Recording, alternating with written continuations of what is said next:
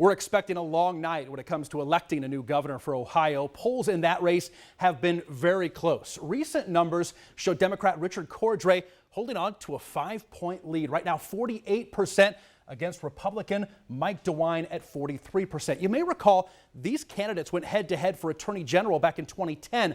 That was a close race, with DeWine winning by just over 67,000 votes. Now, the race for a U.S. Senate seat in Ohio has not been proven to be as close leading up to this election day. Incumbent Democrat Sherrod Brown, currently 46% of the vote, compared to Republican Jim Renacci, polling at only 37%. Another race that we'll be watching closely tonight is the 13th Congressional District. Now, here is a tale of the tape. We're going to start with the incumbent Democrat Tim Ryan, serving his 8th term, looking for a 9th. In that time, he's been appointed to the House Appropriations Committee, and Congressman Ryan says his primary focus is on the economy and quality of life for people living in his district. He's opposed by Republican Chris DePizzo. He's a respected attorney who's practiced at 2 prestigious law firms in the country. He's a Valley native, grew up on Youngstown's South Side.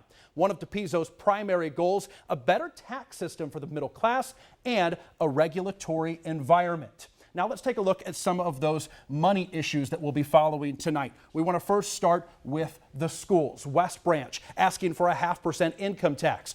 Crestview wants to bond issue to build a new complex. Bristol and Brookfield, they both have additional levies, and Niles has that substitute levy of 11.7 mils. Others issues of interest. Austin Town Police going back to the voters to approve some additional funding. The Columbiana Children's Services Program, they need additional money to operate. The Township of Brookfield wants to begin some zoning in the township. For the 8th time, the anti-frackers, they want to block fracking in Youngstown.